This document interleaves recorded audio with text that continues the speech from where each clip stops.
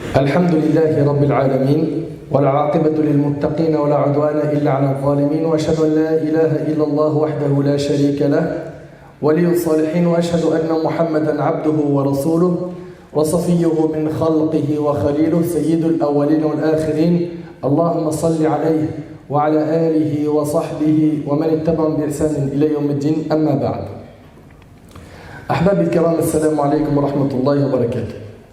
Aujourd'hui, avec l'aide d'Allah Tabarak wa Ta'ala, on va parler de l'argent gagné de manière illicite. L'argent gagné de manière illicite. Sachez, Ahbab al-Kiram, qu'Allah Tabarak wa Ta'ala a rendu obligatoire le fait de gagner son argent de manière licite. Ce n'est pas une option. Nous, en tant que musulmans, on est régi par Al-Qur'an et Al-Sunnah. Le livre d'Allah et la sunna du prophète sallallahu alayhi wa sallam. Et on retrouve dans les textes coraniques et dans les textes du prophète sallallahu alayhi wa sallam l'obligation de gagner son argent de manière licite et des mises en garde sévères concernant le fait de gagner son argent de manière illicite. Donc mon frère, tu veux te vêtir, tu veux manger, tu veux boire, tu vas avoir beaucoup d'argent, pas de problème. Mais ici, il faudra que tu respectes deux conditions si tu veux avoir beaucoup d'argent. 1, gagne ton argent dans le halal. 2, donne le droit d'Allah sur cet argent. C'est clair? Gagne ton argent dans le halal. Deuxièmement, donne le droit d'Allah sur cet argent. Allah Azza wa Jalla nous a rendu obligatoire de gagner notre argent de manière licite. Allah Tabarak wa Ta'ala a dit Ya ayyuhan nas kulu mimma fil ardi halalan tayyiba wa la tattabi'u khutuwati ash-shaytan innahu lakum aduwwun mubin. Aux gens de ce qui existe sur la terre, mangez le licite et le pur. Ne suivez point les pas du diable, car il est vraiment pour vous un ennemi déclaré. Allah Tabarak wa Ta'ala dit également fakulu mimma razaqakumullahu halalan tayyiba. Mangez donc ce qu'Allah vous a attribué de licite et de bon et soyez reconnaissants pour les bienfaits d'Allah si c'est lui que vous adorez. Notre religion vous a interdit de gagner l'argent de manière illicite car l'argent sale, et je vais l'appeler comme ça dans ce dars, l'argent sale est une source de malheur, d'épreuve, d'assombrissement du cœur. L'argent sale éteint la lumière de la foi. L'argent sale attire la colère d'Allah. L'argent sale peut te faire rentrer dans le feu de l'enfer. Wal'iyadu billah. L'argent sale empêche l'exaucement du dua. Ça attire la colère d'Allah. L'argent sale a des conséquences néfastes, douloureuses sur toute la société dans laquelle nous vivons. Car à cause de l'argent sale, les comportements se détériorent. Les gens se retrouvent à voler, à verser des pots de vin. Vous connaissez le rachwa, à arnaquer, à voler, à se mettre en colère et à être violent. Le prophète sallallahu alayhi wa sallam, il y a 1400 ans, il a annoncé qu'il viendra une époque où les gens ne se soucieront plus de la manière dont ils ont gagné leur argent. C'est-à-dire qu'aujourd'hui, illa man rahim Allah, sauf ceux à qui Allah fait miséricorde, il y a plein de gens qui se fichent de savoir c'est ce qu'il a gagné. Il a gagné de manière licite ou non. Et combien vont tomber dans les transactions et les relations douteuses. Et c'est pas l'argent est halal ou pas, c'est douteux, c'est pas grave. Puis petit à petit, le douteux c'est pas grave, le haram aussi, pour lui ça devient quelque chose de banal. Selon Abu Hurayra radiallahu anhu, le prophète sallallahu alayhi wa sallam a dit une époque arrivera pendant laquelle l'homme ne se souciera pas de quelle façon il gagnera l'argent, de façon licite ou illicite, rapporté par Bukhari Muslim. Et vous savez la catastrophe dans tout ça, c'est qu'on a même des gens qui aujourd'hui travaillent pour Iblis au point où ils cherchent à faire passer le halal en haram et le haram en halal. On a des gens dans notre communauté qui ne comprennent pas pourquoi on les blâme. Parce qu'ils incitent à jouer au jeu de hasard. les pronostiqueurs. Tu lui dis, mon frère, mais qu'est-ce que tu es en train de faire là? Tu as une audience sur Instagram, tu as une audience sur YouTube, et taqillah, crains Allah. Et lui, il dit quoi? Il dit, mais qu'est-ce qui t'arrive, mon frère? Laisse-moi tranquille. Tu vas commencer à faire les discours là, tu as les rappels là, des muses. Des muses. Pourquoi monsieur n'est pas un muse? Ça veut dire quoi ça, les rappels des muses? Toi, t'es quoi? Dis-nous si tu as basculé ailleurs. Mais à partir du moment où tu es musulman, tu es régi par les paroles d'Allah et du prophète sallallahu alayhi wa sallam. Subhanallah. Ces gens-là sont arrivés à un stade où ils font le haram, ils appellent le haram et ils se vantent de faire ce haram. Mais Akhi, comment ça? Oh, frère, tu veux que je fasse quoi? Je vais acheter une maison, tu veux que je fasse comment? T'as d'autres moyens? J'ai une grande somme. Mais j'achète avec cash. Tu sais très bien comment ça se passe en France. Et puis si j'achète de telle manière, tu sais très bien comment ça se passe. Et si je fais ça, je vais avoir tel problème. Ou bien tout simplement, j'ai pas les moyens de faire autrement. Eh ben, tous ces sujets-là, on va les traiter bien comme il faut, Inch'Allah. Bien comme il faut.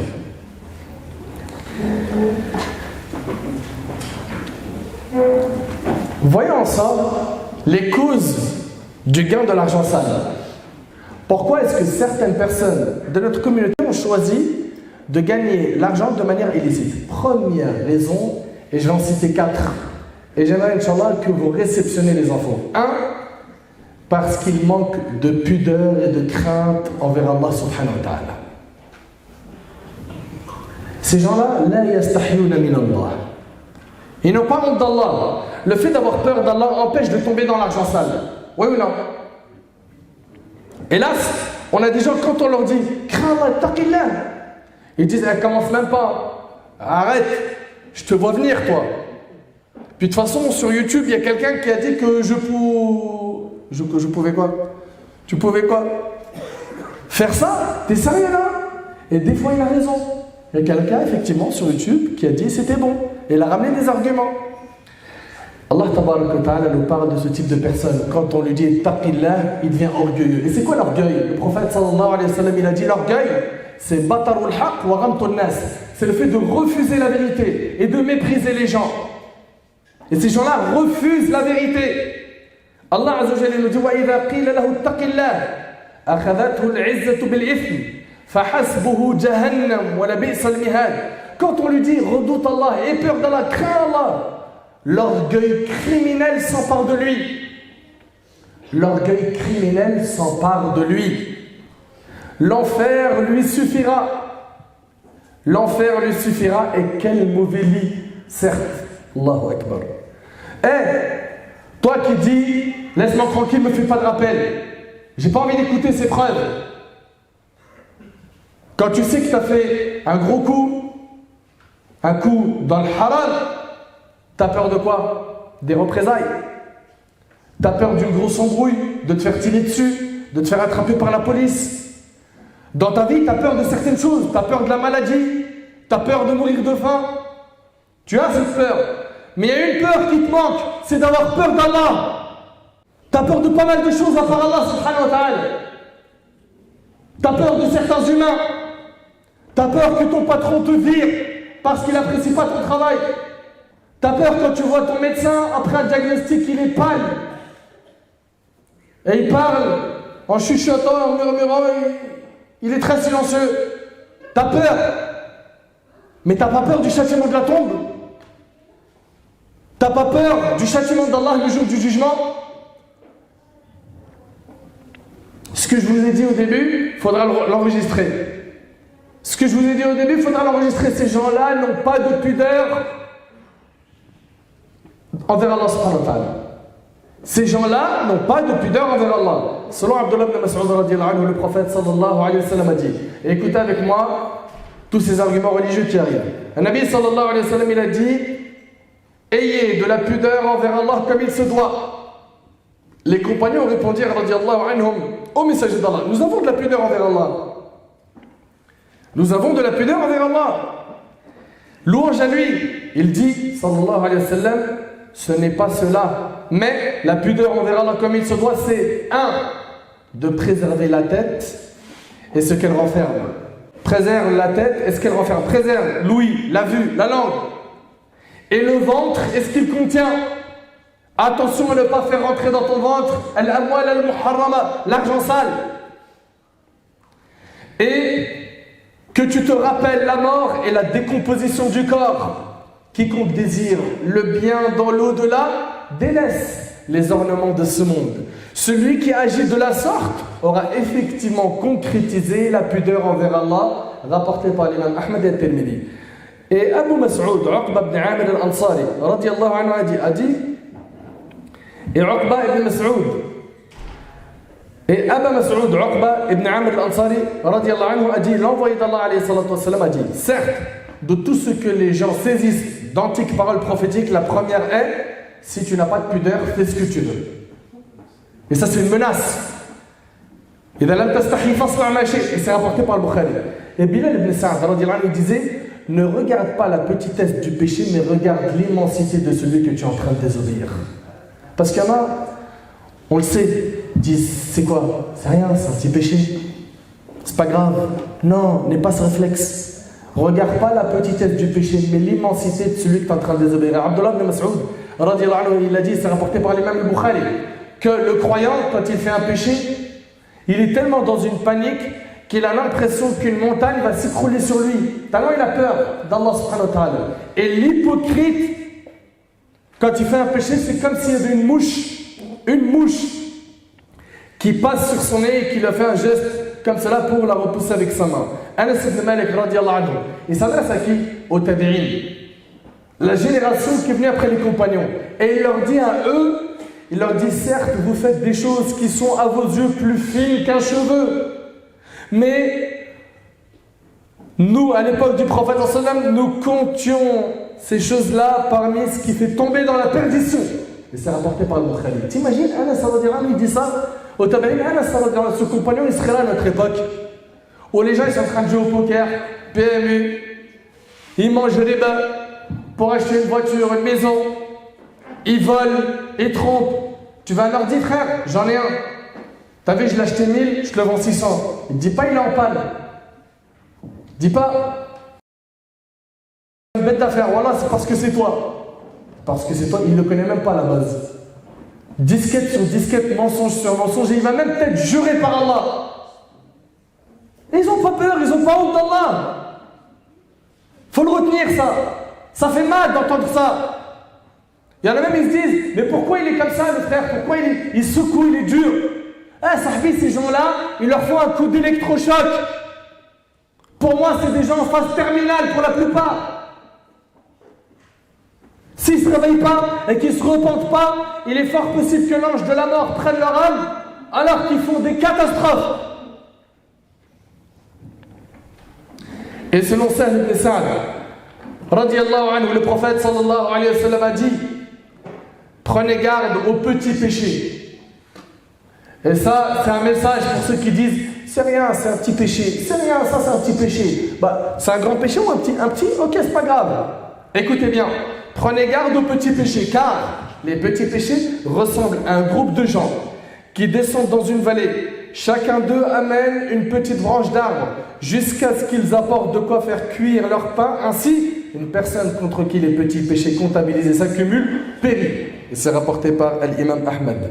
Première raison qui fait que les gens sont tombés dans l'argent sale, manque de pudeur envers Allah, et ils ne craignent pas assez Allah. Deuxième raison, c'est qu'ils veulent gagner de l'argent rapidement. C'est vrai ou pas? Ils veulent gagner de l'argent rapidement.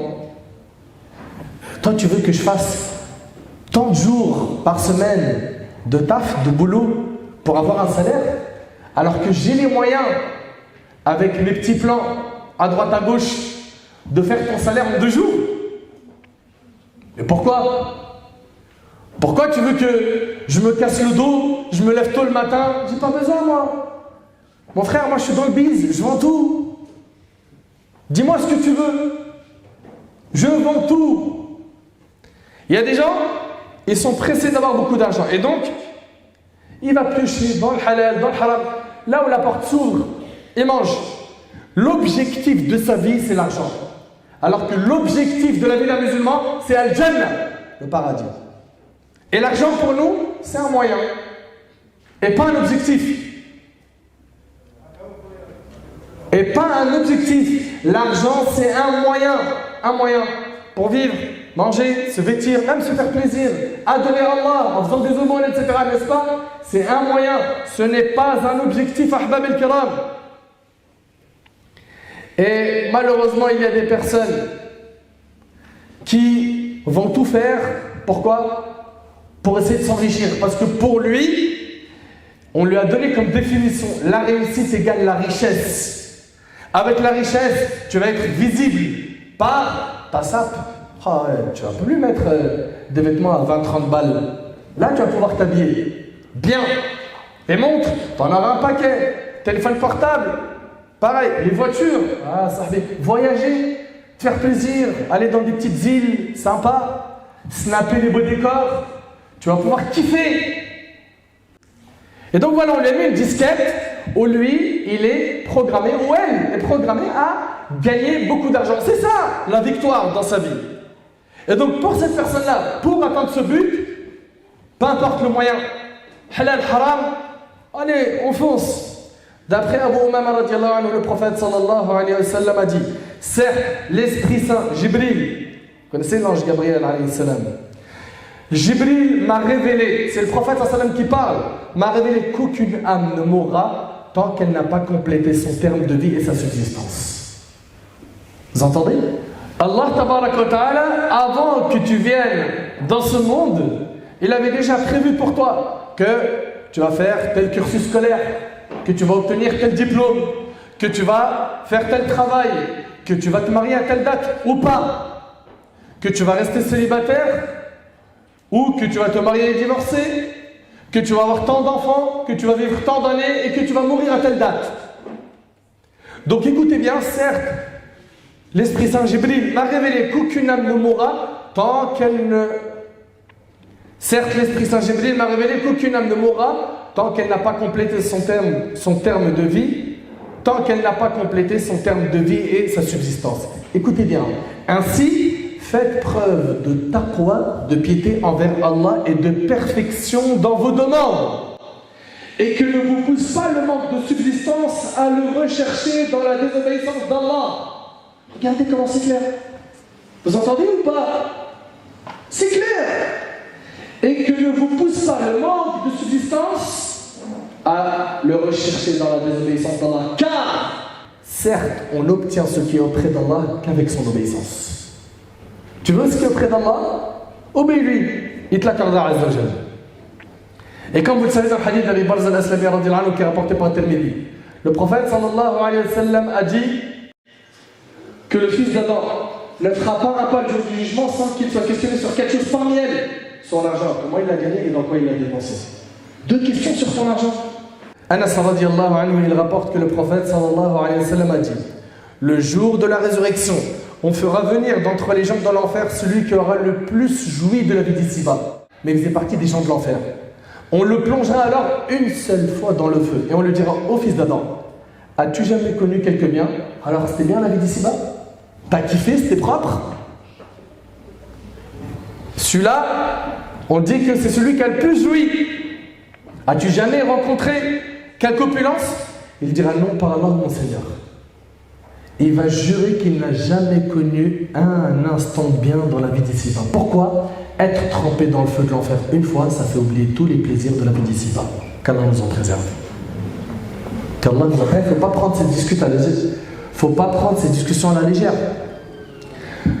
Première cause qui fait tomber les gens dans le haram, c'était manque de pudeur, manque de crainte. On verra là. 2, le fait de vouloir gagner l'argent rapidement. 3, on enregistre le fait de ne pas se satisfaire de ce que l'on a. Ils n'ont pas le qana'a. Qu'est-ce que tu veux que je fasse, mon frère, avec un salaire de 1500 euros? 1500 euros. Je sais de quoi je vous parle. Hein. On a des jeunes dans certains quartiers, à peu près de 14 ans, qui vendent aujourd'hui de la cocaïne et qui font par jour 800 euros. En 2 jours, il fait le salaire de quelqu'un. Tu lui dis, mais qu'est-ce que tu fais? Il dit, pourquoi tu veux que je travaille? Pourquoi aller au collège? Pourquoi tu veux que je travaille? Pourquoi tu veux que j'aille au collège? Ce qu'il fait lui en un mois, je le fais en 2 jours. Tu lui dis, mais frère, un petit peu avec la baraka d'Allah, avec la bénédiction d'Allah, tu dis à cette personne, un peu avec la bénédiction d'Allah, c'est mieux que beaucoup dans le haram. Il dit, vas-y, s'il te plaît, Allah yahfazak, laisse-moi.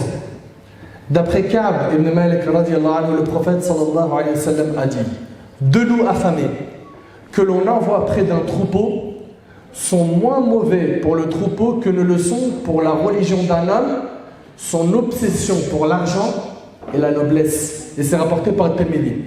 Et dans le hadith d'Abi Huraira qui est rapporté par Tirmidhi, le prophète sallallahu alayhi wa sallam, parmi les conseils qu'il a donnés, il a dit, contente-toi de ce qu'Allah t'a donné, tu seras le plus riche des gens. Et on le dit, man qana'a shaba'a. C'est vrai ou pas? Sois satisfait de ce qu'Allah t'a donné. Dis alhamdulillah. Garde en tête qu'il y a des gens qui n'ont pas ces bienfaits que toi tu possèdes. Ils n'ont pas de logement, ils n'ont pas d'eau potable à disposition, ils ne mangent pas à leur faim, ils n'ont rien. Et toi, alhamdulillah, tu arrives à payer ton loyer, tu arrives à nourrir ta famille, mastour al-hal. Qu'est-ce que tu veux de plus? Le prophète sallallahu alayhi wa sallam a dit dans le hadith de Tirmidhi, écoutez attentivement. Le Nabi alayhi wa sallam, il a dit, celui parmi vous qui se réveille en sécurité parmi les siens. C'est notre cas ou pas? Est-ce que vous vous réveillez, il y a des menaces par des hélicoptères, des gens qui veulent vous bombarder, etc. C'est pas le cas. Celui qui se réveille en sécurité parmi les siens. 2, étant en bonne santé, c'est-à-dire son corps ne souffre d'aucun mal. 3, et il a de quoi manger ce jour-là, c'est comme si on lui avait amassé les biens de ce monde. Tu as la santé, tu es en sécurité, tu as de quoi manger, alhamdulillah, tu es le meilleur. Mais c'est cette gourmandise là qui vous a aveuglé, qui a fait que vous piochez dans le haram. Et Abdullah ibn Mas'ud radiyallahu anhu, il rapporte que le prophète sallallahu alayhi wa sallam a dit, Allah a partagé entre vous les comportements, tout comme il a partagé votre subsistance. Et Allah donne ce bas monde à ceux qu'il aime et à ceux qu'il n'aime pas. Retiens ça. Ne dis pas parce que j'ai beaucoup d'argent, je suis automatiquement aimé par Allah. Faux. Allah il donne ce bas monde à ceux qu'il aime et à ceux qu'il n'aime pas. Allah donne ce bas monde à ceux qu'il aime et à ceux qu'il n'aime pas. Et il ne donne la religion qu'à ceux qu'il aime. Et ce hadith il est rapporté par Ahmed. Tu veux être riche? Pas de problème. Je recherche la richesse du cœur. Selon Abu Huraira radiyallahu anhu, le prophète sallallahu alayhi wa sallam a dit, la richesse ne consiste pas en l'abondance des biens, mais la vraie richesse est celle de l'âme. Enrichis ton cœur par quoi? Par les paroles d'Allah et du prophète. Écoute des rappels, fréquente des pieux, écoute du Coran, va à la mosquée, apprends la religion, tu vas nourrir ton cœur. Et ce hadith-là, il est rapporté par Bukhari et Muslim. Mais hélas, les gens ne pensent plus à la purification du cœur, mais une seule chose, remplir leurs poches, au paraître, à la frime, à se montrer dans les réseaux sociaux. Regarde, t'as vu un peu les vêtements? T'as vu, regarde, on étale notre richesse, on se la raconte, on brise des milliers de cœurs, des gens qui n'ont pas les moyens. Ka'b ibn Iyad radiyallahu anhu rapporte, j'ai entendu dire le messager d'Allah sallallahu alayhi wa sallam, à chaque nation une tentation et la tentation de la mienne sera l'argent. Rapporté par Tirmidhi. Et selon Ibn Abbas et Anas radiyallahu anhu, le prophète sallallahu alayhi wa sallam a dit, si le fils d'Adam avait une vallée d'or, il en souhaiterait une deuxième. Gourmandise quand tu nous tiens. Il dit jamais c'est bon, stop, alhamdulillah, c'est bon, ça suffit. C'est pour ça, piétine ton ego, ton âme, et prends les rênes de ton âme, éduque ton âme à ne pas être quelqu'un qui est esclave de la dunya. Alhamdulillah, tu as une voiture qui roule, pourquoi tu veux le 2.0? Parce que cette porte de gourmandise, quand on l'ouvre, elle ne se ferme plus. C'est pour ça qu'il va falloir que tu domptes ton âme. Et vous savez, cette dunya, quand le prophète sallallahu alayhi wa sallam il en a parlé dans le hadith de Jabir, il est rapporté par un Muslim, le Nabi sallallahu alayhi wa sallam, il traverse un marché, plein de gens sur ses côtés, et il y a un chevreau mort. Le prophète sallallahu alayhi wa sallam il dit, qui parmi vous le veut pour 1 dirham? Ils ont dit, on n'en veut pas. À quoi est-ce qu'il va nous servir? C'est une bête morte, oui ou non? Et là, le prophète sallallahu alayhi wa sallam a dit, est-ce que vous le voulez? Là, il n'y a plus d'argent. Vous le voulez ou pas? Ils ont dit par Allah, s'il était vivant, ce serait déjà une honte de l'avoir à cause de ses petites oreilles.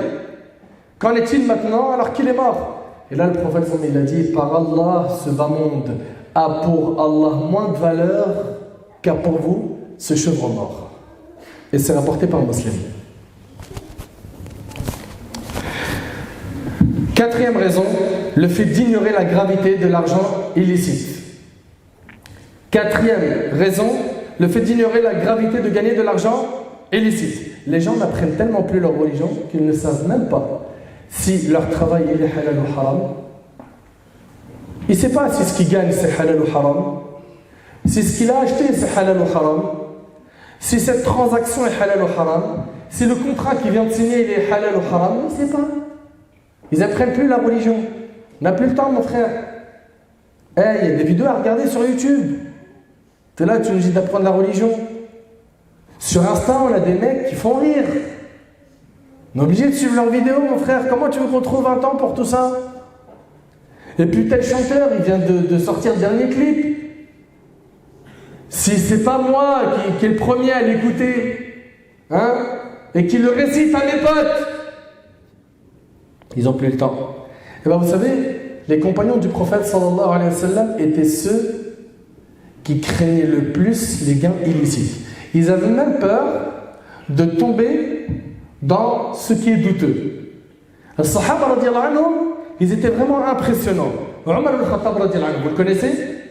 Ce grand compagnon, il dit, Ajib radiyallahu anhu, il dit, nous délaissions 9/10 du halal de peur de tomber dans l'illicite.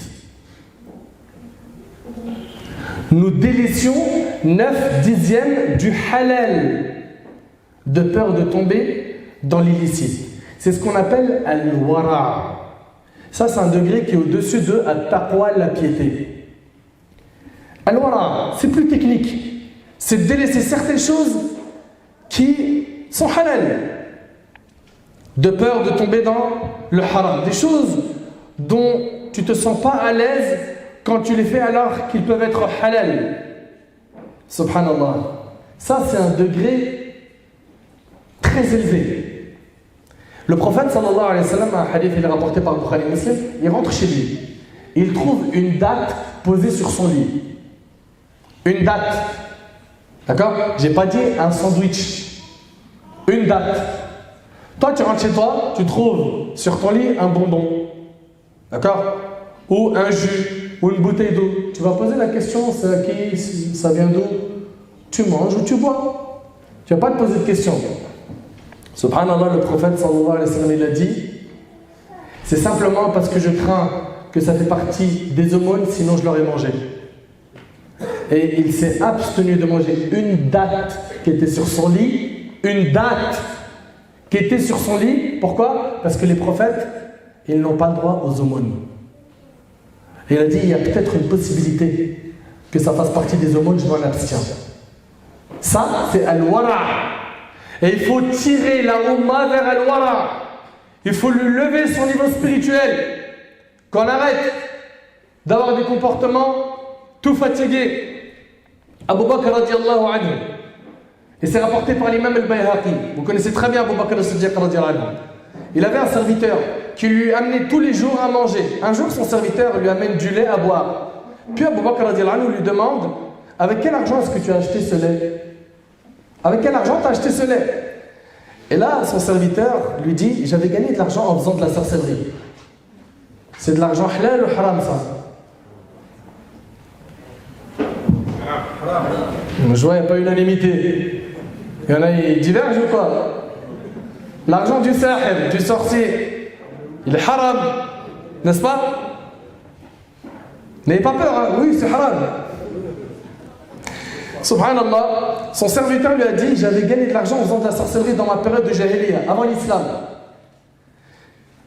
On me l'a remboursé et avec cet argent, je t'ai acheté du lait. Abu Bakr lui a dit, amène-moi un récipient et de l'eau. Puis il se mit à bord de l'eau et il a mis ses doigts dans sa gorge pour se faire vomir. Allahu Akbar. Il ne veut pas que dans son ventre il y ait quelque chose de provenance illicite. Vous écoutez? son serviteur lui a dit, Allah ne t'a pas demandé de faire ça. Abu Bakr reprit en disant, je jure par Allah, si mon âme devait sortir en même temps que ce lait, je la ferai sortir. Car le prophète sallallahu alayhi wa sallam a dit, toute chair qui s'est nourrie de l'illicite, c'est l'enfer qui lui convient le plus. Allahu Akbar. Toute chair qui s'est nourrie de l'illicite, c'est l'enfer qui lui convient le plus. Ces gens qui gagnent de l'argent sale, ils n'ont pas peur de l'enfer. Oh, il est passé où votre cœur?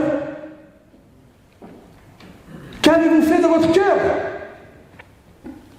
Maintenant, très rapidement, rentrons dans les types d'argent sale. Bien évidemment, il y avait devant moi je ne sais combien de portes qui se sont ouvertes quand j'ai essayé de creuser un petit peu le sujet et de vous synthétiser le sujet. Donc j'ai dû sélectionner 5-6 choses qui se sont répandues malheureusement. D'accord? Donc, si parmi vous, certains avaient en tête que je parle de telle chose qui fait partie de l'argent sale et que je ne l'ai pas abordé, sachez tout simplement que c'est une histoire de temps. Que c'est une histoire de temps. En une heure, on ne peut pas tout aborder, n'est-ce pas? Premièrement, les jeux de hasard. Paris sportifs, jeux de grattage, loto, poker, PMU, tiercé, casino, pronostiqueur.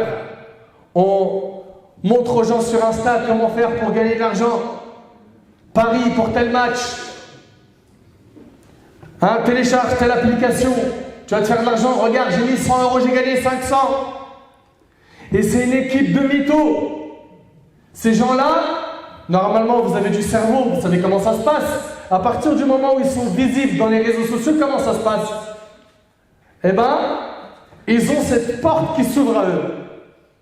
C'est-à-dire que lui qui jouit d'une grande audience sur YouTube, Instagram ou autre, on lui propose.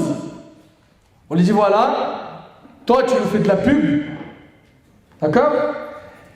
Et tu essaies d'attirer du monde vers nous, et de notre côté, on te donnera un iPhone X. Il leur fait rentrer 30-40 000 €, et il lui donne un iPhone, il est tout farhad. Ouais, génial. Mortel. Ou plus, parce qu'il y en a, ils se font des très grandes sommes. Et ouvertement, Wallahi al-Azim, c'est quelque chose jusqu'à maintenant.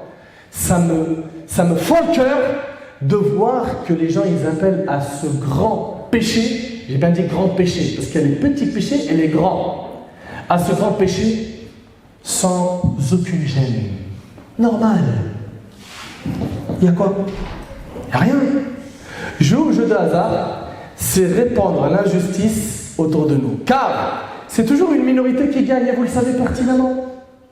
Oui ou non? Avant de rentrer même dans le religieux, parlons un petit peu avec logique, avec raison. C'est très rare que les gens gagnent, et les gains sont minimes comparativement au risque de perte. Et des tonnes de personnes se retrouvent déplumées. Rentrent dans ce milieu, ça devient une addiction, une drogue. Et la tristesse dans cette histoire, c'est que le péché, il agit comme une drogue. Et cette personne, finalement, ne retrouve l'apaisement de son cœur que quand elle désobéit à Allah. En 2 mots, il arrive à être heureux quand il met en colère Allah. Wallah al-Azim, c'est grave. Et j'aimerais, Inch'Allah, que vous diffusez un maximum cette vidéo à ceux qui disent aux gens, mon frère, suis-moi, Paris foot, Paris sportif, ceci, cela, grattage, j'ai un plan, poker. Ces gens-là, il faut impérativement les stopper. C'est notre devoir. Comment?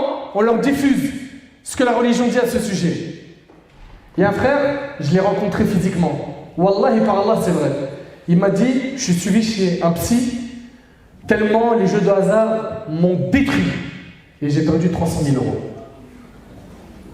Il a perdu 300 000 €. Ça, c'est une histoire que le frère m'a dit en face à face. Et des histoires comme ça, il y en a plein, à l'appel. Ils perdent tout leur argent. Certains finissent par des divorces. Ils déchirent leur famille. Des dépressions, des violences physiques.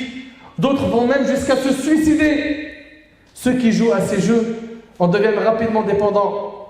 Et il y a une sorte d'ivresse qui le prend, le faisant perdre progressivement sa conscience et son bon sens. Le jeu de hasard en islam est considéré comme un grand péché dans notre religion. Il faut impérativement s'en repentir dans l'immédiat. Et sachez que l'argent, chez un grand nombre de savants, cet argent qu'il a gagné de manière licite, il ne le garde pas, bien qu'il y ait une divergence. Il s'en débarrasse. Il s'en débarrasse. Pour ce qui est de la gravité de ce péché en islam, on peut déjà s'en faire une idée uniquement en lisant le passage suivant dans le Coran, où Allah tabaraka wa ta'ala nous dit Ya ayyuha alladhina amanu innama al-khamr wal-maysir wal-ansab wal-azlam rijsun min amal ash-shaytan fajtanibuhu la'allakum tuflihun. Oh les croyants, le vin, le jeu de hasard, alcool, on sait que c'est un grand péché, c'est haram, oui ou non? Après, il y a tout de suite quoi? Jeu de hasard. Les pierres dressées, les flèches de divination ne sont qu'une abomination, œuvre du diable. Oh, tu me coûtes plus, mon frère. Allah, il te dit que ça, c'est des œuvres du diable.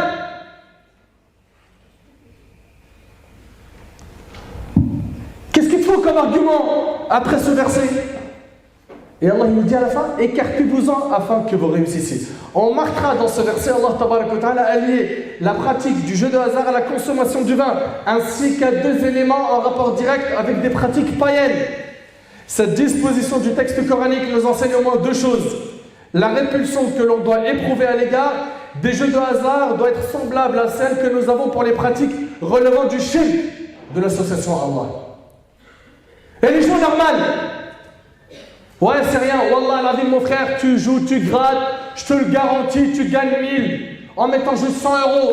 Crains ton Seigneur et peur d'Allah. Supprime ces vidéos si tu veux le salir le jour du jugement. Car non seulement t'encaisses des péchés, mais t'encaisses même les péchés de ceux qui commettent ce péché. Et ça continuera jusqu'à ta mort. Freine le processus. Ferme ce robinet pendant qu'il en est encore temps. Sauve ta peau du feu de l'enfer. Rappelle-toi, toute chair qui se nourrit de l'illicite, c'est l'enfer qui lui convient le mieux. Si ce discours, tu ne l'aimes pas, je ne peux rien pour toi. Allah Ta'ala nous a prévenu qu'il y a des gens qui seront plus égarés que les animaux. Ulaïka kal an'am, bal hum adall, ulaïka humul ghafilun. Il y a des gens qui seront plus égarés que les bestiaux, nous dit Allah dans le Coran. Ils sont plus égarés. Qui sont-ils? Ceux-là sont les insouciants. Qu'Allah nous préserve de l'insouciance. Ils jouent, ils n'ont plus honte d'Allah. Mais il n'a pas honte. Snap, Insta, en veux-tu, en voilà, des publications sur les jeux de hasard. Ensuite, Ahbab al-Kiram, passons rapidement au riba. L'intérêt. Riba. Il y a plein de formes de riba. Riba al-Fadl, riba al-Nasi, etc. Eh bien, parlons un petit peu de l'intérêt. Alors, quand on dit intérêt usuraire, comme c'est traduit dans le Coran, il faut savoir que l'intérêt usuraire, c'est à partir de 20% de riba. Donc, dans la traduction, vous direz uniquement intérêt et pas intérêt usuraire. Ok? Déjà qu'on se mette d'accord. Parce que si vous dites intérêt usuraire, ça veut dire qu'à partir de 20%, c'est haram. En dessous, c'est bon. C'est clair? Taïb. L'usure. Le prêt à intérêt consiste à prêter une somme d'argent à quelqu'un pour un temps donné, qu'il devra ensuite rembourser intégralement, mais en payant en plus une somme que l'on nomme intérêt, et qui représente une sorte de loyer versé pour la location de l'argent prêté. Ça va? Oui ou non? Très bien.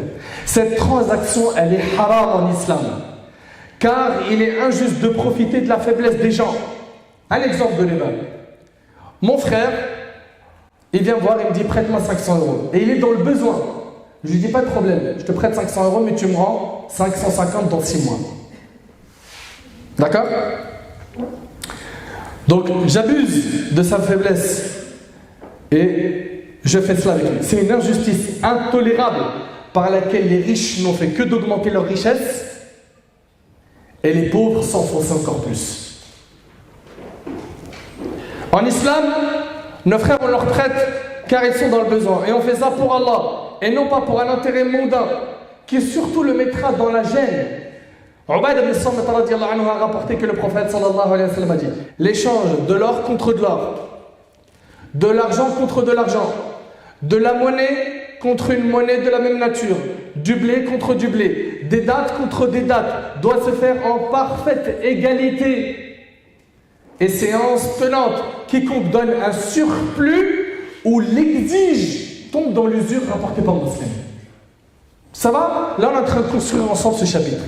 Allah tabaraka wa ta'ala nous dit dans Sourate Al-Baqarah, Sourate 2, verset 275. الذين يأكلون الربا لا يقومون إلا كما يقوم الذي يتخبطه الشيطان من المس. الآية. Ceux qui mangent de l'intérêt ne se tiennent le jour du jugement comme qui? Que comme celui que le toucher de Satan a bouleversé. Vous avez déjà vu quelqu'un possédé par un djinn, qu'Allah nous en préserve? Vous avez vu comment Mskin il réagit et tout? Le jour du jugement, celui qui a mangé l'intérêt, il sera comme ça. Comme celui qui a été touché par Shaitan. Et regardez la suite. Cela parce qu'ils disent le commerce est tout à fait comme l'intérêt, alors qu'Allah a rendu licite le commerce et illicite l'intérêt. C'est clair, n'est-ce pas? Allah tabaraka wa ta'ala dit également à propos de l'usure dans Sourate Al-Baqarah, dans le verset 278 et 279. Ya ayyuhalladhina amanu ittaqullah wa dharu ma baqiya min ar-riba in kuntum mu'minin fa in lam taf'alu fa'adhanu biharbin min Allah wa rasulih wa in tubtum falakum ru'usu amwalikum la tadhlimuna wa la tudhlamun. Ô croyants, craignez Allah et renoncez aux reliquats de l'intérêt si vous êtes croyants. Et si vous ne le faites pas, vous voulez tout prix le riba, alors recevez l'annonce d'une guerre de la part d'Allah et de son messager. Allahu Akbar. Et si vous vous repentez, vous aurez vos capitaux, vous ne léserez personne et vous ne serez point lésés. Abdullah ibn Abbas radiyallahu anhu, il a dit, en commentant ce verset, il sera dit le jour du jugement à celui qui a mangé l'usure, prends tes armes et va combattre Allah. Prends tes armes et va combattre Allah. Donc, toi, mon frère, qui est tombé dans al-riba, en contractant un prêt pour acheter une maison ou pour acheter une voiture, tu veux t'engager dans ça? Tu veux te retrouver à combattre Allah le jour du jugement? Ça ne te fait pas réfléchir? Si tu ne le savais pas, c'est autre chose. D'accord? Repends-toi dans tous les cas. Repends-toi dans tous les cas. Demande-toi dans Allah subhanahu wa ta'ala. Un homme est venu voir l'imam Malik rahimahullah et il lui a dit qu'en chemin, sur la route, il a vu un homme qui était ivre, qui avait bu de l'alcool et qui essayait de s'emparer de la lune. D'accord? Et il a dit, écoutez bien, cet homme-là a dit, ma femme est répudiée s'il y a en islam un péché plus grand que l'alcool. Ma femme, elle est répudiée s'il y a un péché plus grand que l'alcool. Il est parti voir l'imam Malik rahimahullah. Et il lui a posé la question, est-ce qu'il y a plus grand que l'alcool? L'imam Malik lui a dit, laisse-moi voir cela et je t'en dirai plus. Le lendemain, l'imam Malik lui a dit, ton épouse est divorcée. Il lui a dit, j'ai regardé dans le livre d'Allah et la sunna du messager d'Allah sallallahu alayhi wa sallam et je n'ai pas trouvé pire que le riba, l'usure, car Allah a déclaré la guerre à son auteur. C'est l'imam Malik qui dit ça. Alors on a des gens qui vont nous dire, mon frère, payer un loyer, c'est jeter son argent par la fenêtre. Tu prends un crédit au bout de 20-30 ans, ce que tu aurais payé en loyer, finalement ça devient quoi? Une propriété, c'est à toi. Tu as ton jardin, tu peux faire un barbecue, les enfants ils ont de l'espace. Ils peuvent courir, tu ne déranges pas les voisins. N'est-ce pas? C'est ça. Premièrement, en islam, ce n'est pas une obligation religieuse d'acheter un logement. D'être propriétaire, ce n'est pas une obligation religieuse. On est d'accord dessus ou pas? C'est bon? Ok.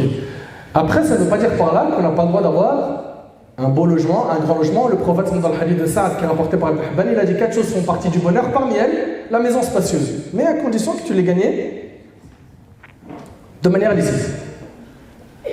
Ok? La condition, c'est que tu aies gagné ton argent de manière licite et que tu aies acheté de manière licite. Très bien. Cette histoire de tu jettes ton argent par la fenêtre. Ah bon? T'as pas un service en contrepartie quand tu payes le loyer? Non? T'en as pas. T'as pas un endroit sécurisé pour toi et ta famille? Où tu peux ranger tes vêtements, avoir le chauffage quand il faut? ranger ta nourriture, etc. Tout ça, c'est pas des services. Compte si tu étais dans un hôtel pas cher, avec le même nombre de personnes qu'il y a dans ta famille. Famille de 2, 3, 4 personnes. Tu paierais combien en un mois? Donc finalement, tu es dans la norme. Tu es dans la norme. D'accord? Et puis ceux qui nous disent, en achetant, voilà, tu te détaches de ces boulets que tu as au pied, là, le loyer, etc. Ah ouais? À ces personnes-là, on leur dit, mais quand tu achètes une maison avec crédit, bah, tu as tant d'argent à payer par mois, ok? Que tu sois en galère ou pas, tu dois les payer. Ça ne te met pas une pression déjà? Ok?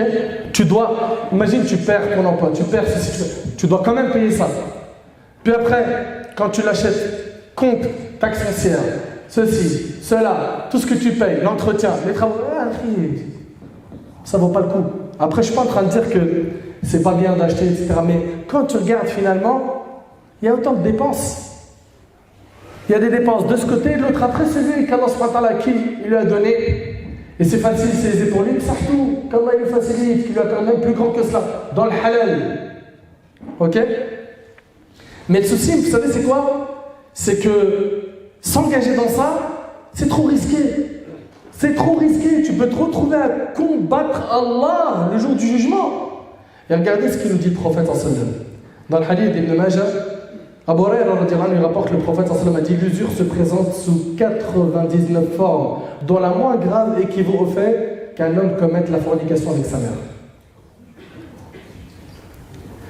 Ad-Daraqutni rapporte selon Abdullah ibn Hanbal radiyallahu anhu, le prophète sallallahu alayhi wa sallam a dit: un dirham d'usure est pire comme péché auprès d'Allah que de commettre 36 fornications. Un dirham d'usure, c'est pire que 36 fornications.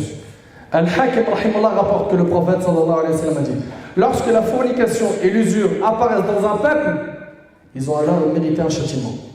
Dans le hadith de Jabir radiyallahu anhu, dans lequel il est dit, il dit, le prophète sallallahu alayhi wa sallam a maudit. Ça veut dire comme maudit, c'est-à-dire il est matroud min rahmatillah. Il est chassé de la miséricorde d'Allah. A maudit celui qui pratique l'usure, celui qui la fournit, celui qui écrit ce contrat et celui qui se porte témoin de l'usure en disant qu'ils sont tous pareils rapportés par le musulman.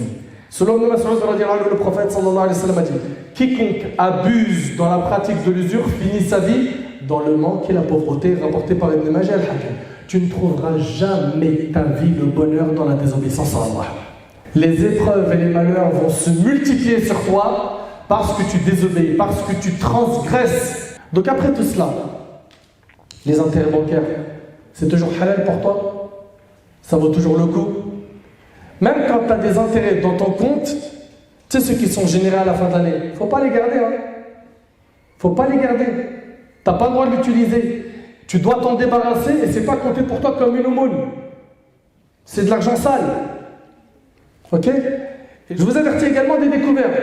Il y en a, comment ils sont contents. Mon banquier, il est trop gentil. Il m'a ouvert le robinet du découvert. J'ai le droit à tant de découvertes. Mortel. Tu payes des agios, mon copain. Riba. Riba. Et il y a plein de formes de riba. On bête dedans, fais pas attention. Fais gaffe. Tu tombes en dessous du zéro, tu payes. C'est pas pour tes beaux yeux. Il n'est pas permis à un musulman riche ou pauvre de contracter à la banque ou ailleurs un prêt assorti d'intérêt. Peu importe que le taux soit fixé à 5%, 15%, plus, moins. Allah tabaraka wa ta'ala nous a dit dans le Coran: wa ta'awanu 'ala al-birri wa at-taqwa. C'est pour ça qu'on vous fait ce rappel. Entraînez-vous dans l'accomplissement des bonnes œuvres et la piété. Wa la ta'awanu وَلَا تَعَاوَنُوا عَلَى الْإِثْمِ وَالْعُدْوَانِ وَاتَّقُوا اللَّهَ إِنَّ اللَّهَ شَدِيدُ الْعِقَابِ. Et ne vous entraînez pas dans le péché et la transgression, et craignez Allah, car Allah est certes dur en châtiment. N'oubliez pas, le prophète m'a dit: Inna Allah tayyib la yaqbal illa tayyiba. Allah est bon, il n'accepte que ce qui est bon. Après, on a aussi des gens de notre Ummah qui considèrent qu'il n'y a pas de riba sur les billets de banque. Et ils vont dire, sur YouTube, tu trouves ça? Et ils vont dire en fait que le riba c'est sur l'or et l'argent. Et donc il n'y a pas de riba sur les billets de banque. Eh bien, cette opinion contredit la majorité des savants des 4 écoles et la majorité des savants contemporains. Parmi les contemporains, Cheikh Al-Qaradawi, Cheikh Ibn Baz, donc on a ici l'école de la Salafia, d'autres écoles, ils ne sont pas d'accord avec ça. Ils ne sont pas d'accord. Donc vous, est-ce que vous suivez l'avis de la majorité ou vous êtes des fans des avis isolés? Qu'Allah nous en préserve. Donc, pour faire simple, tu as envie d'acheter une grande maison, tu as les moyens, achète, tu n'as pas les moyens, contente-toi de ce qu'Allah t'a donné. Et rappelle-toi ce qu'a dit le prophète, contente-toi de ce qu'Allah t'a donné, tu seras le plus riche des gens. Tu seras le plus riche des gens. Parmi l'argent gagné de manière illicite, donc on l'a vu ensemble, les jeux de hasard, on l'a vu, riba, l'usure, 3, et ça va aller vite, Inch'Allah. Il y a le fait de tricher dans les transactions, mentir, d'arnaquer. Ah, celui-là, ah ouais, je lui fais à l'envers. Ah, il s'y attendait pas. Il ne s'attendait pas à ce coup. Je lui ai dit, vas-y, tout ça, je l'ai acheté à temps, je lui ai vendu le triple de son prix. La disquette, elle est passée crème. Et aujourd'hui, en plus, les gens qui volent, à l'époque, qu'est-ce qu'ils faisaient? Ils étaient en bas des immeubles. Frère, tu n'as pas un téléphone? Ou il avait un scooter ou un truc. Frère, tu n'es pas intéressé par un T-Max? Là, c'est pareil. Le Bon Coin fait le boulot. On met ça sur le Bon Coin, et c'est bon, ça prend une nouvelle forme. C'est carré, c'est sérieux. Donc ils vont tricher. Et la tricherie, on l'a dans plein de choses. Dans les marchés, il y en a qui vont tricher sur le poids de la marchandise. N'est-ce pas? Il va tricher sur le poids de la marchandise. Il va dire, tiens frère, voilà 2 kilos. Tu regardes comment il pèse, tu regardes. Il fait comme ça, il pose le sac, il le relève, il dit, c'est bon, il y a même un peu plus, 2 kilos 500. Tu rentres chez toi, tu pèses 1,5 kg. Allah tabaraka wa ta'ala, il nous parle de ce péché dans le Coran. Et le peuple qui a été connu pour ce péché, c'était le peuple de... Oui, Shu'aib alayhi salam. Allah tabaraka wa ta'ala, il nous dit dans le Coran, وَيْلٌ لِلْمُطَفِّفِينَ الَّذِينَ إِذَا اكْتَالُوا عَلَى النَّاسِ يَسْتَوْفُونَ. Malheur aux fraudeurs qui, lorsqu'ils font mesurer pour eux-mêmes, exigent la pleine mesure et qui, lorsque eux-mêmes mesurent ou pèsent pour les autres, causent perte. Cela ne pense-t-il pas qu'ils seront ressuscités en un jour terrible? Et Allah tabaraka wa ta'ala nous dit, et aux Madian, leur frère Shu'aib, il leur a dit, moi mon peuple, dit-il, adorez Allah. Pour vous, pas d'autre divinité que lui. Une preuve vous est venue de votre Seigneur. Donnez donc la pleine mesure et le poids et ne donnez pas aux gens moins que ce qu'il leur est dû. Ils n'ont pas écouté, ils ont refusé. Le résultat, alors le tremblement de terre les saisit et les voilà étendus, gisant dans leur demeure. On en a aujourd'hui partout de la tromperie. Il te vend un téléphone, il dit frère, Samsung Note 8, tu prends ou pas? 300 €. Comment ça 300 €? Il a un défaut? Essaye le frère. Oh, tiens, prends-le, essaye. T'essayes, ça se passe très bien. Mais il a un défaut de batterie. Tu pars, classe. Et il est super content. Il t'a vendu une merguez pour 300 €. 300 €, il s'est fait l'affaire. Et toi, t'as clé au bord. Et je vais vous dire quelque chose. Allah yahfazkum.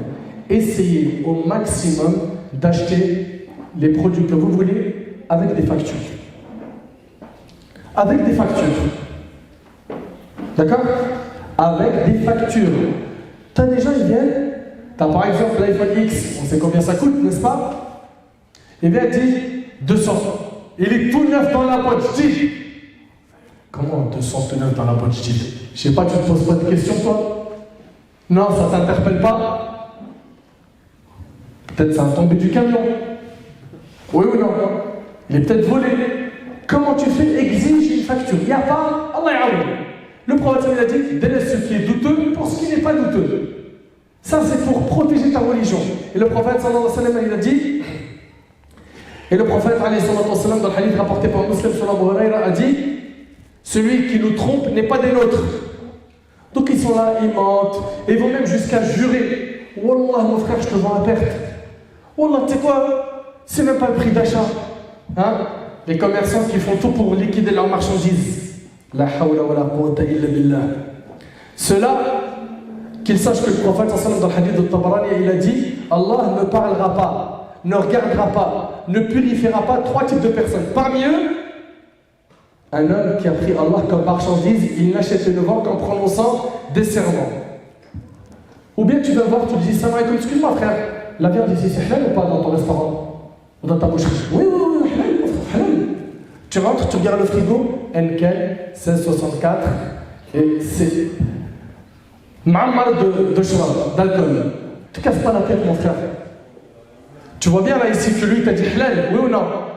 Et en même temps tu as un élément devant toi, il n'est pas du tout halal. Pars, tu ne prends même pas la tête. Et d'ailleurs, rentre, regarde le frigo, il y a de l'alcool, Allah il dit pars. Tu ne casses même pas la tête. Je ne suis pas en train de dire qu'automatiquement leur viande, elle n'est pas halal. Il se peut qu'elle soit halal, mais il y a un doute.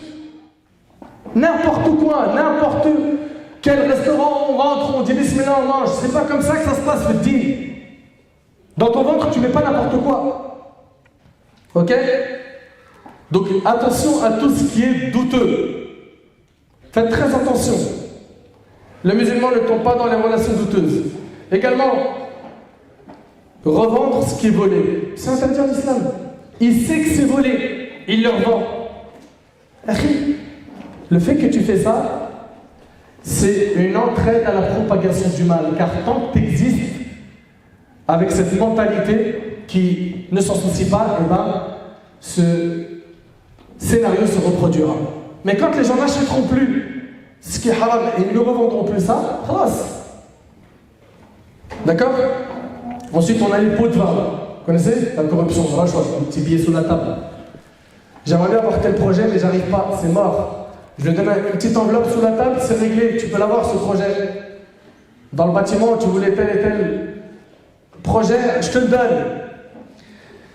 Ça, c'est aussi interdit en islam. Vous connaissez le hadith le corrupteur et le corrompu sont maudits par Allah. Et c'est rapporté par Ibn Hibban. Il faut se repentir. Également, vendre ce qui est haram. Il vend de la drogue. Il vend l'alcool, les jeux de hasard, etc. C'est haram. Vendre le haram est haram. Le prophète sallallahu alayhi wa sallam a dit quand Allah a interdit une chose, il en interdit le prix. Rapporté par Abu Daoud. Quand Allah a interdit une chose, il en interdit le prix. On a également, parmi al-amwal al-muharrama, ce qu'on a volé. Et les vols, il y en a de différentes formes aujourd'hui. Le gars qui toute la journée est sur Facebook et Twitter en train de regarder ce que les politiciens disent, et sur Insta en train de regarder ce qu'il y a comme nouveauté ainsi que YouTube, pendant les heures de travail, tu es en train de voler dans ta société. C'est du vol.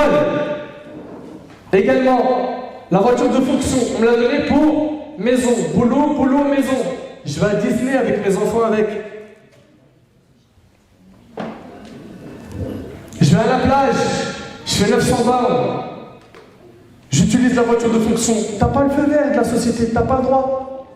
C'est du vol. Alors, bien évidemment, sans compter carjacking, homejacking, vol à l'arraché, tous ces trucs-là. Là. Aujourd'hui, ils sont là, les petits jeunes, scooters, une voiture qui passe, boum, on casse la fenêtre, on prend le sac à main, et ce qu'il a, la vieille dame ou le monsieur, il crie au secours, mais il y a des bouchons, le scooter, il part. Il part. Le prophète nous a dit que l'injustice se transformera en ténèbres le jour du jugement. Et l'injuste, tôt ou tard, il paye sur terre. Et le prophète il a dit, et ce hadith-là, il est fort, et il est dur à entendre, il a dit qu'Allah maudisse le voleur. Qu'Allah maudisse le voleur. C'est rapporté par Al-Bukhari, selon Abu Huraira. Et Khawla bint Amr al-Ansari, l'épouse de Hamza, radiallahu anhu, a dit, j'ai entendu le prophète sallallahu alayhi wa sallam dire, il y a des gens qui disposent à tort et à travers de biens auxquels ils n'ont pas le droit. Ils auront l'enfer le jour de la résurrection, rapporté par Al-Bukhari. Ça vole partout. Soyez très vigilants. Et là, une parenthèse. Et j'aimerais qu'on n'associe pas ça tout de suite au vol. bien qu'il se peut qu'une minorité malhonnête tombe dans cela.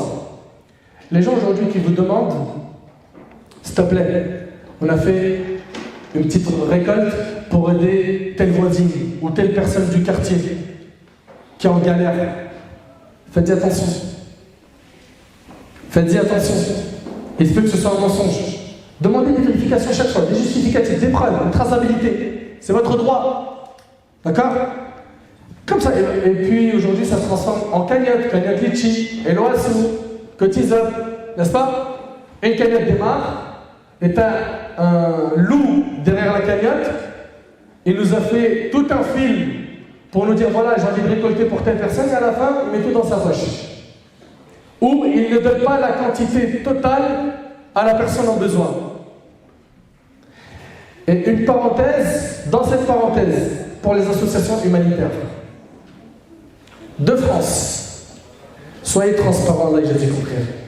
Si vous voulez qu'Allah subhanahu wa ta'ala bénisse votre action, qui est noble, et qu'Allah vous récompense, Allah subhanahu wa ta'ala il vous a choisi pour les orphelins, les veuves, les gens qui se font bombarder, les gens qui sont en difficulté, qu'Allah vous préserve et qui vous accorde le firdaus. Soyez transparents avec nous, afin de ne pas perdre notre confiance. Quand je dis notre, c'est celle de la Ummah. Parce que plus vous allez être transparent, plus vous allez gagner du crédit. Voilà, une cagnotte elle est lancée, il faut dire, c'est pour ça, ça, ça et ça, avec des chiffres. D'accord? Et c'est notre droit de demander à ces gens-là qu'ils soient transparents. Et je vous demande aussi de ne pas faire des copier-coller ou de transférer immédiatement des cagnottes qui sont partagées pour telle ou telle cause sans faire une vérif avant. J'ai pas le niveau, j'ai pas les contacts qu'il faut. Demande à quelqu'un qui vérifie. Dès que c'est validé, allez, on est tous ensemble, un bloc, on se mobilise pour aider telle cause. Mais il y a des gens malheureusement, et je ne généralise pas, qui vont abuser. Qui vont abuser. Abuser de quoi? Du moment. Il y a l'émotion suite à telle vidéo, on balance n'importe quel montant, puis les gens y suivent. Non. On n'est pas des moutons, désolé. Nous ne sommes pas des moutons, désolé. Donc vous, qui faites un énorme travail, soyez très transparents. Et pareil pour les mosquées. Toutes les jours, il y a des récoltes. On n'a jamais d'affichage, on ne sait jamais ils en sont où. Ils ont des travaux à faire, on ne sait jamais, ça fait 20-30 ans, donnez Sabilillah pour votre mosquée. Vous en êtes où? Vous avez fait quoi de l'argent récolté depuis des années? Nous, on est pour que votre projet aboutisse, mais soyez transparents. Wallahi, c'est pour votre bien. Donc, s'il vous plaît, soyez très vigilants. Pour terminer, les conséquences de l'argent sale. 1. L'assombrissement du cœur et l'éloignement des adorations. Toute personne qui touche à l'argent haram assombrit son cœur. L'argent sale assombrit le cœur. Et le péché éloigne des adorations. Abdullah ibn al-Mubarak a dit: j'ai vu que les péchés tuent les cœurs. Et l'humiliation vient de leur continuité. Abdullah ibn Abbas a dit: la bonne action amène une lumière dans le cœur, un éclat sur le visage, une force pour le corps, une largesse de subsistance et un amour dans le cœur des créatures. La mauvaise action amène ténèbres dans le cœur, une noirceur sur le visage, une faiblesse pour le corps et une haine dans le cœur des créatures. 2. Après avoir parlé de l'assombrissement du cœur, deuxième conséquence de l'argent sale, la colère d'Allah et le feu de l'enfer. La colère d'Allah et le feu de l'enfer.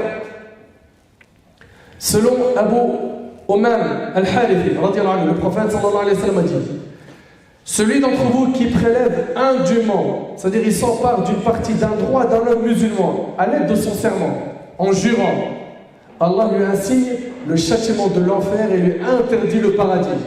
Écoutez bien, quand même quand fût-ce une chose infime, demanda un homme au prophète, il a dit: si même ce ne fut qu'un bâton de harak, un siwak. Pour un siwak qui peut se retrouver en enfer, vous connaissez le siwak? Et c'est rapporté par un musulman. Et le prophète a dit également: le serment, le fait de jurer, aide à écouler la marchandise. C'est vrai pas, Wallah, je l'ai acheté à tel prix. Ça aide à écouler la marchandise, mais détruit le profit, ça détruit la baraka. Il y a des gens qui gagnent 15 000 euros par jour ou par mois. Et il ne sait pas pourquoi il n'arrive pas à faire autant de projets que quelqu'un qui gagne 2000. Tu n'as pas la bénédiction d'Allah. Tu es plongé dans le haram. Abu Dharr radiallahu anhu rapporte, le prophète sallallahu alayhi wa sallam a dit: Allah ne parlera pas à 3 personnes le jour du jugement, ni ne les regardera, ni ne les purifiera, et elles auront un dur châtiment. Et il répéta ceci 3 fois. Abu Dharr radiallahu anhu dit alors, et ils ont certes perdu et échoué, qu'est-ce au prophète sallallahu alayhi wa sallam? Et parmi eux, quelqu'un qui, quand il vend, il achète, il jure par Allah. 3e conséquence de l'argent sale, l'invocation n'est pas exaucée. Ton doigt, il monte plus au ciel. Ton doigt n'est pas exaucé. Ibn Abbas dit, ce verset fut récité en présence du prophète sallallahu alayhi wa sallam. Ya ayyuhan nas, kulu mimma fil ardi halalan tayyiba. Aux gens de ce qui existe sur la terre, mangez le licite pur. Sa'ad ibn Abi Waqqas, c'est un grand compagnon, un parmi les 10 à qui il a été promis le paradis. Il a dit alors, ô messager d'Allah, implore Allah pour qu'il fasse en sorte que mon invocation soit exaucée. Le prophète sallallahu alayhi wa sallam a dit, ô Sa'ad, fais en sorte que ta nourriture soit licite et pure. Tu seras quelqu'un dont l'invocation est exaucée. Par celui qui détient l'âme de Mohammed dans sa main. Lorsque l'homme projette une bouchée illicite dans son ventre, aucune action ne sera acceptée de lui pendant 40 jours. Et tout homme dont la chair a été nourrie d'illicite, l'enfer en est le plus digne, rapporté par l'imam al-Tabarani. Ahbab al-Kiram, pour continuer dans cet élan, le prophète sallallahu alayhi wa sallam nous parle d'un homme qui est en voyage, les cheveux en broussailles et tout couvert de poussière. Il tend cependant les mains vers le ciel en disant Ya Rab, Seigneur, Seigneur, alors que son manger est illicite, sa boisson est illicite, il a été nourri d'illicite. Comment donc exaucerait-il les vœux d'un tel homme? Lui, son dua, il n'est pas accepté, c'est rapporté par Muslim. Ibn Umar a dit, quiconque achète un habit avec 10 dirhams, dont un dirham illicite, Allah n'accepte de lui aucune prière tant qu'il le portera. Puis il mit les doigts dans les oreilles et dit, puisse-t-elle devenir sourde si je n'ai pas entendu ceci du messager d'Allah alayhi salatu wassalam. C'est rapporté par Ahmed selon une chaîne discutable d'après Ibn Rajab. 4e conséquence de l'argent sale, et on termine, c'est que les bonnes actions ne sont pas acceptées quand tu manges l'argent sale. Omar ibn Khattab radiallahu anhu, il a dit, quand ce fut le jour de Khaybar, ça c'était dans la biographie du prophète sallallahu alayhi wa sallam, un petit groupe des compagnons du prophète sallallahu alayhi wa sallam, vint dire, un tel est mort martyr, et un tel est mort martyr. Puis ils passèrent devant la dépouille mortelle de quelqu'un et dirent, c'est un martyr. Le prophète sallallahu alayhi wa sallam dit, oh que non. C'est quelqu'un qui a fait le jihad avec le prophète alayhi salatu wa sallam. Il a combattu avec le prophète alayhi salatu wa sallam. Le prophète dit, il n'est pas martyr. Je l'ai vu en enfer. Allahu Akbar. Pourquoi? Portant un manteau qu'il a volé du butin. Un manteau. Vous vous imaginez un peu? Il a fait le djihad avec le Nabi alayhi salatu wa sallam, il se retrouve en enfer pour un manteau qu'il a volé du butin. Et ce hadith il est rapporté par l'imam Muslim. Allah Azza wa Jalla nous dit اعلموا أنما الحياة الدنيا لعب وله وزينة وتفاخر بينكم وتكاثر في الأموال والأولاد. الآية. Sachez que la vie présente n'est que jeu, amusement, vaine parure, une course à l'orgueil entre vous et une rivalité dans l'acquisition des richesses et des enfants. Et il y a d'autres choses qui sont citées dans le verset, mais je me contente de cela. Nous, ce qu'on va faire, Ahbab al-Kiram, c'est de toujours penser à la baraka d'Allah, la bénédiction d'Allah. Le bonheur, il ne se trouve pas dans le fait d'avoir beaucoup d'argent dans le haram, mais d'avoir tout simplement gagné ton argent de manière licite. C'est dans ça, dans le fait d'obéir à Allah, que tu trouveras le bonheur. Combien il est triste de constater que de nos jours, l'argent est devenu notre centre vital. Et j'abuse pas si je dis que pour certains, l'argent a même pris la place d'Allah. Oui, c'est la réalité. Il vit pour ça. Il vit pour ça. Ils reculent devant rien.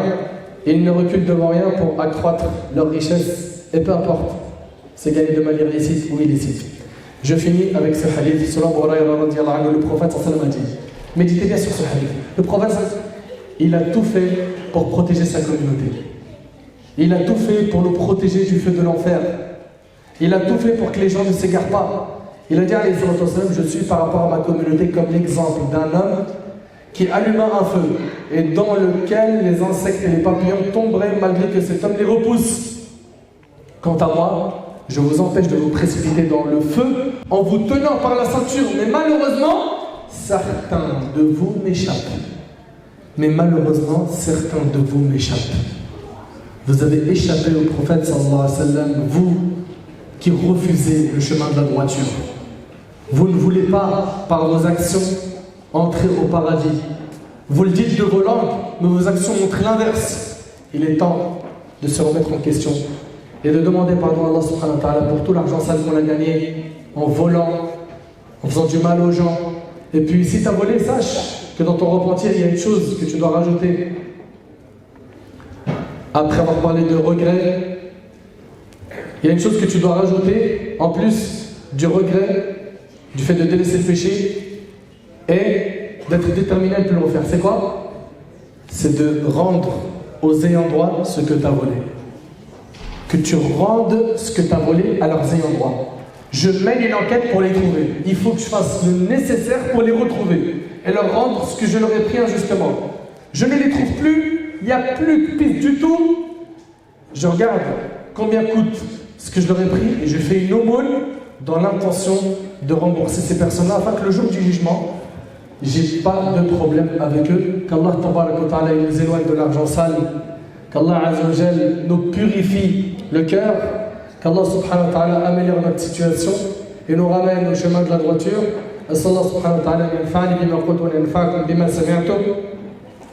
هذا ما أعلم والله عز وجل أعلى وأعلم. سبحانك اللهم وبحمدك أشهد أن لا إله إلا أنت أستغفرك وأتوب إليك. جزاكم الله خير والسلام عليكم ورحمة الله.